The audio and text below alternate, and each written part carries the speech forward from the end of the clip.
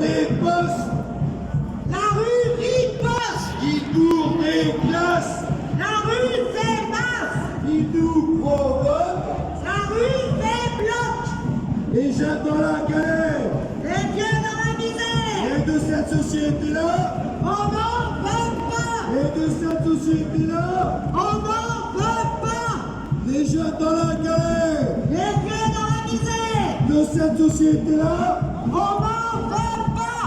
de cette société-là, On n'en veut pas.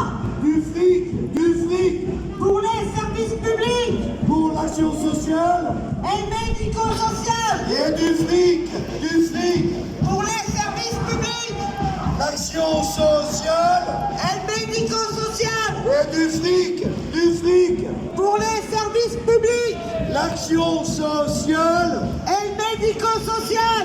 il casse l'EDF, il casse l'EDF, Et la SNCF. et diront, Macron et le MEDEF. il casse l'EDF, Et la SNCF. diront, Macron et le MEDEF. il casse l'EDF, Et la SNCF. diront, Macron et le MEDEF. et il casse l'EDF, Et la SNCF. diront, Macron et le MEDEF. il casse l'EDF, Et la SNCF. diront,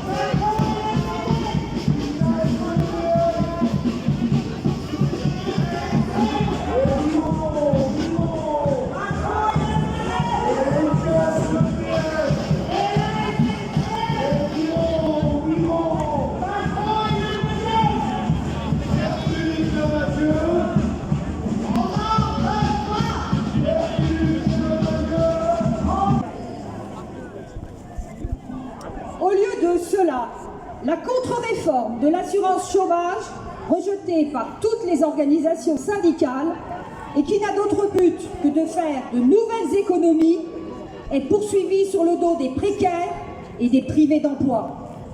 Elle pourrait pénaliser plus de 1,7 million de demandeurs d'emploi et parmi eux, les plus précaires et bien évidemment les plus jeunes. Nos organisations renouvellent leur exigence du retrait pur et simple de cette contre-réforme aux conséquences désastreuses. Elles entament des recours juridiques pour faire échec à sa mise en œuvre et se mobilisent aux côtés des salariés précaires, des intermittents et des intermittentes, des saisonniers et saisonnières intérimaires. Elles militent pour le renforcement de la protection sociale qui passe également par l'abandon définitif de tout projet régressif en matière de retraite. Elle s'oppose aux velléités d'intégrer au projet de loi de finances de la sécurité sociale la part de budget de l'État consacrée à l'Argic, Arco et à l'UNEDIC.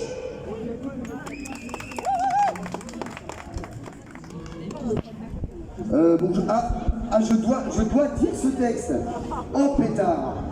Un contexte de crise sanitaire a permis au gouvernement Macron de limiter les libertés et le rôle pourtant essentiel du syndicalisme. Nos organisations combattent toutes les entraves à l'activité syndicale et toutes les atteintes aux libertés individuelles et collectives, notamment le droit constitutionnel de manifester.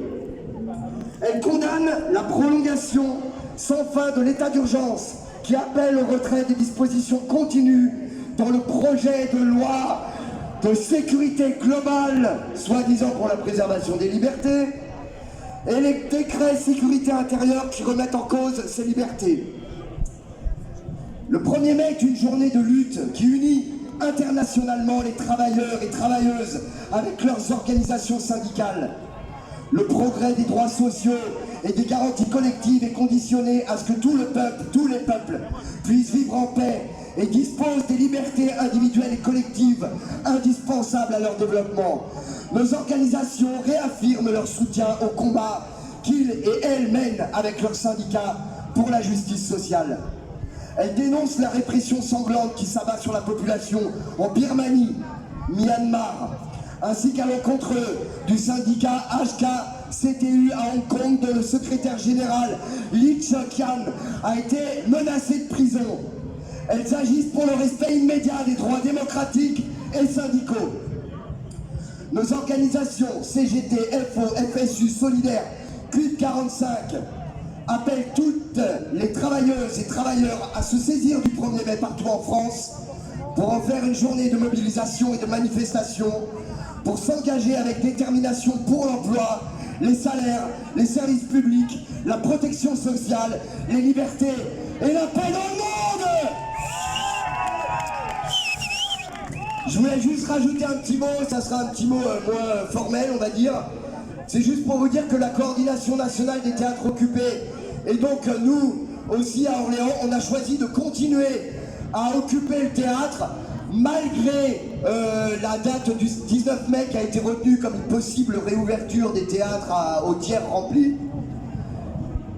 Vous dire aussi que certainement aucun spectacle ne se déroulera de manière tranquille et peinarde, et peut-être les médias et la population comprendra que si on occupe depuis 50 jours, c'est pas pour la réouverture des théâtres qu'on n'est pas content, c'est contre la réforme de l'assurance chômage.